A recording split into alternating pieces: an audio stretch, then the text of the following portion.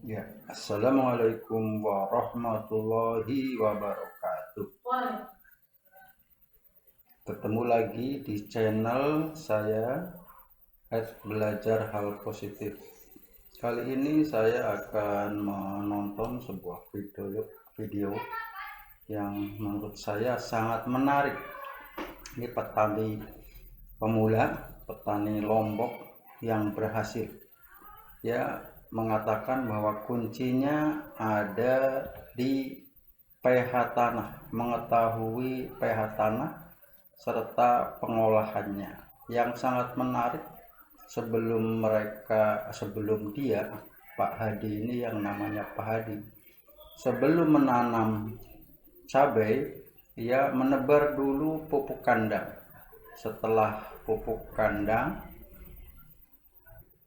kemudian ditambah dengan dolomit dan baru diberi tanaman. Nah, ini hasilnya saya rasa sangat menggembirakan. Saya ambil dari Mitra Bertani TV. Nah, ini sekalian mohon izin kepada channel Mitra Bertani TV untuk di-share di channel saya. Mudah-mudahan ilmu yang telah diberikan khususnya dari Pak Hadi dan pembuat video ini, Mitra Bertani, mudah-mudahan lebih bermanfaat. Kita akan saksikan bersama bagaimana Pak Hadi mengolah dan menanam cabai, yang saya kira hasilnya ini sangat wow dan bagus. Batangnya kuat, tinggi, dan hasilnya melimpah. Kita saksikan bersama. Mari. Itu untuk dasar sebagai pondasi lah kalau kita membangun itu adalah di pengolahan lahan. Yang pengolahan lahan pertama adalah kita harus mengenal tanah itu sendiri. Itu seperti apa? Kuncinya adalah kalau menurut kami adalah itu di pH. Waktu di pH itu ya sangat memprihatinkan kalau kita tidak kita cek kita sendiri masih meraba-raba berapa.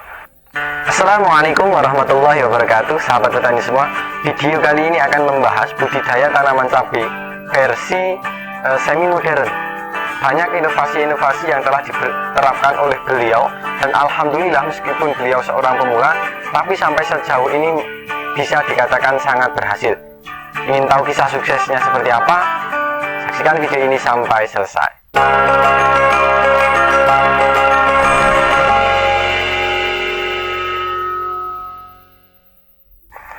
Oke, baik sahabat petani semua, kembali lagi bersama saya Zaki di channel Mitra Bertani TV. Seperti yang telah saya jelaskan di awal tadi, pada kesempatan kali ini kita akan berbicara budidaya tanaman cabai versi semi modern.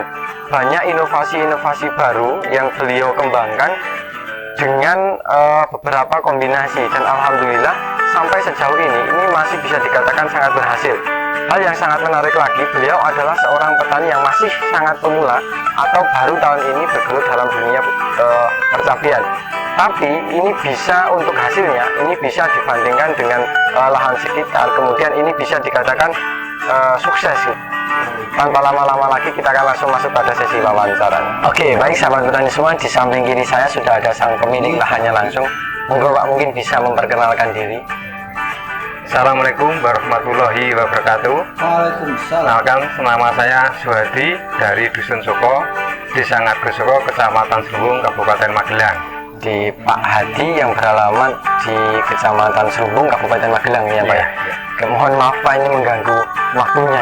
Ya, apa-apa. Kalau boleh tahu Pak, ini Pak Hadi ini sudah bergelut di dunia pertanian khususnya tanaman cabai ini sudah berapa kali atau sudah berapa puluh tahun ini? Ini saya baru pemula, baru kemarin mulai tanam itu bulan Agustus, tanggal 30 Agustus.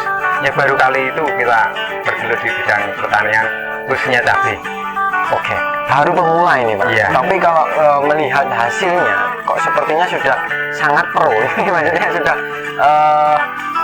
sangat bagus. Kalau mungkin petani awam pun melihat ini bahwa tanaman jenengan itu mungkin sangat bagus, tingkat produktivitasnya cukup tinggi. Kalau boleh tahu ini sudah petikan keberapa Pak ini? Ini sudah keempat. Keempat. Kemudian kalau untuk serangan antraknus yang saat ini kan mungkin kalau musim hujan kan identiknya dengan patek, kemudian tingkat layu, kemudian busuk batang. Kalau untuk punya Pak Hadi sendiri gimana Pak terkait hal ini? Alhamdulillah untuk antraknus atau patek itu bisa kita kendalikan. Memang semula ada agak banyak tapi sekarang berkurang. Alhamdulillah. Tingkat kelayuan gimana? Nah, kelayuan ya 1-2 masih ada ini.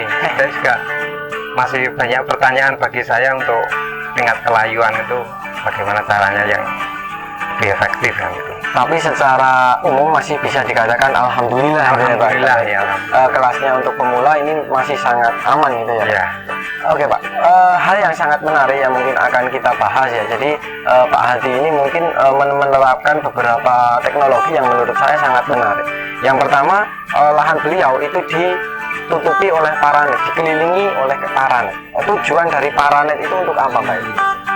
Itu untuk mengantisipasi dari mungkin jenis kutu-kutuan atau hama penyakit dari lingkungan sekitar. Karena di lingkungan sekitar kebetulan kemarin waktu kita mau tanam itu masih banyak tanaman cabai yang sudah tua. Berarti itu pemasangan itu sejak sedini mungkin Pak, atau bahkan justru sebelum tanam? Sebelum tanam, waktu kita pengolahan cabai, pengolahan lahan itu sudah kita pasang. Oke, berarti ini manfaatnya untuk menanggulangi penyebaran hama yang masuk dari luar itu Pak. Ya. Dan apakah ini bisa dibuktikan Pak? Hasilnya itu? Hasilnya ya alhamdulillah seperti inilah hasilnya. Ya kami dalam hal untuk penanganan penyakit hama, hama itu masih bisa kita antisipasi, karena juga kita lihat kalau dari luar dulu ada di sebelah itu ada tanaman pohon salam, itu ada termasuk ulat yang kecil-kecil dan juga kutu-kutuan itu tidak bisa masuk, tapi justru di paranet yang di luar. Oke, jadi sahabat petani semua, paranet yang beliau pasang untuk mengitari seluruh lahan beliau itu ada manfaatnya, bukan hanya cuma biar tidak terlihat dari luar, tapi manfaatnya sangat banyak. Penyebaran hama itu sangat bisa dibatasi itu ya Pak. Itu dapat dibuktikan. Jadi hama yang ingin masuk itu biasanya nempel pada bagian luar dan tidak jadi masuk. Hasilnya hama yang ada di dalam itu mudah dikendalikan atau populasinya itu sangat sedikit karena sudah terbatasi oleh paranet tersebut. Pemasangan dilakukan sejak sedini mungkin, sehingga ketika tanaman sudah seperti ini sudah tidak kebingungan lagi gitu ya. Mungkin untuk lalat buah juga sedikit. Ya, untuk lalat buah memang dulu juga ada, tapi kita pasang dengan perangkap itu kami pasang di pinggir paranet, jadi di luar paranet. Jadi dengan harapan kalau ada yang dari luar tidak masuk ke lahan gitu. Di samping itu juga di lahan di bedingan-bedingan itu jarak mungkin sekitar 3 atau 4 bedingan saya kasih kapur gitu. Jadi lagi-lagi kembali lagi pada pencegahan gitu ya. Jadi sampai sejauh ini rata-rata paranet itu sangat bermanfaat khususnya untuk pencegahan dari hama. Oke, kemudian ini Pak, mungkin orang lain akan berpikiran bahwa paranet itu mahal. Kalau menurut jenengan tingkat kemahalannya itu sebanding tidak dengan keefektifannya dari pemanfaatan paranet tersebut? Untuk aktivitasnya itu lebih aktivitas dari kita pakai paranet, karena paling tidak dari segi biaya pun juga kita berkurang, dari segi pengendalian jelas berkurang. Kita antisipasi sejak dini sehingga untuk masalah penanganan masalah mungkin hama-hama itu sangat berkurang. Itu akan berdampak pada biaya operasional baik itu tenaga maupun obat-obatan yang kita pakai.